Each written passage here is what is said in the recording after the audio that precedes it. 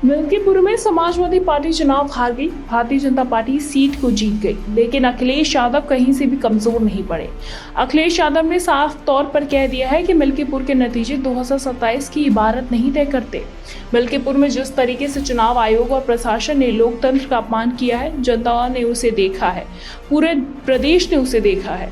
लेकिन इस बीच समाजवादी पार्टी के हमारे सोर्सेज जो हैं, समाजवादी पार्टी से जुड़े कुछ नेता हैं, उनके मुताबिक एक खबर निकलकर सामने आ रही है, जिस पर चर्चाएं शुरू हो गई हैं। बात यह है कि जब अखिलेश यादव को लगने लगा कि पीडीए के साथ साथ अब एक और नया कार्ड जोड़ने की, एक और नया प्लान बनाने की जरूरत है, तो अखिलेश यादव को ये लगता है कि चाहे झारखंड के नतीजे देख लीजिए या फिर महाराष्ट्र के, दिल्ली के नतीजे देख लीजिए या फिर हरियाणा के, हर एक जगह जो कॉमन फैक्टर नजर आता है वो ये है कि महिलाओं को अपने साथ जोड़ना पड़ेगा। और इसी वजह से दोस्तों कहा यह जा रहा है कि समाजवादी पार्टी अब उत्तर प्रदेश में महिलाओं को जोड़ने पर काम करेगी। उत्तर प्रदेश में सपा के पास कई नेता हैं। अगर वह विधायक के तौर पर बात करूं तो रागिनी सोनकर हैं, पूजा सरोज है, मरिया शाह हैं, और ये वो विधायक हैं जो नसीम सोलंकी हैं, ये भी महिला विधायक है। और अगर सांसदों की बात करें तो डिम्पल यादव हैं, प्रिया सरोज है, इकरा हसन है, रुचि वीरा है, ये वो महिला सांसद है जो समाजवादी पार्टी में है। इसके अलावा सपा के राष्ट्रीय अध्यक्ष जूही सिंह है।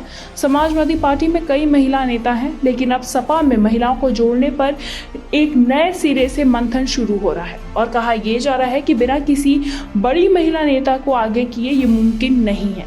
तो हो सकता है कि इसी वजह से समाजवादी पार्टी में इस बात पर सुगबुगाहट तेज हो गई है और सांसद डिम्पल यादव, मैनपुरी से सपा के सांसद डिम्पल यादव को उत्तर प्रदेश में महिलाओं का एक बड़ा चेहरा बनाकर प्रोजेक्ट उन्हें पेश किया जाए।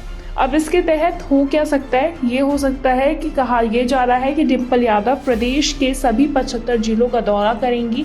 और ख़ास बात यह है कि डिम्पल यादव अपने दौरे में खास तौर पर महिलाओं से मिलेंगी और महिलाओं में भी खास तौर पर पीडीए समाज की महिलाओं से वो मिलेंगी और उनको समाजवादी पार्टी से जुड़ने और समाजवादी पार्टी को वोट देने और सपा की सरकार बनाने और अखिलेश यादव को मुख्यमंत्री बनाने जैसी बातों पर उनके साथ मंथन होगा। ये मंथन डिम्पल यादव करेंगी और समाजवादी पार्टी का एक बड़ा चेहरा वो बन के सामने आएंगी। समाजवादी पार्टी में डिम्पल यादव का बड़ा कद है और वो अखिलेश यादव की पत्नी भी हैं। चौथी बार सांसद हैं, मैनपुरी से चुनाव उन्होंने जीता है और हाल ही में करहल में सीसा मऊ में उन्होंने अपनी ताकत दिखाई है। समाजवादी पार्टी वहां चुनाव जीती है। सियासत का बड़ा शालीन चेहरा है। डिम्पल यादव बड़ी सरलता से और बड़ी शालीनता से अपनी बात रखती हैं, महिलाओं के साथ जल्दी कनेक्ट हो जाती हैं, उनकी बातों को सुनती हैं, समझती हैं। और इसी वजह से कहा जा रहा है कि अब अखिलेश यादव ने ये तय कर लिया है कि डिम्पल यादव को भी इस मैदान में वो उतारेंगे। अब 2027 की लड़ाई क्योंकि बहुत बड़ी लड़ाई है, भारतीय जनता पार्टी और 2022 का चुनाव जीत चुकी है, तो उसको सत्ता में बेदखल करना बेहद ज़रूरी है और ये आसान भी नहीं है। इस बात को अखिलेश यादव भी जानते हैं और इसी वजह से कहा यह जा रहा है कि अब अखिलेश यादव नए सिरे से नई रणनीतियों के साथ इस काम को करना चाहते हैं।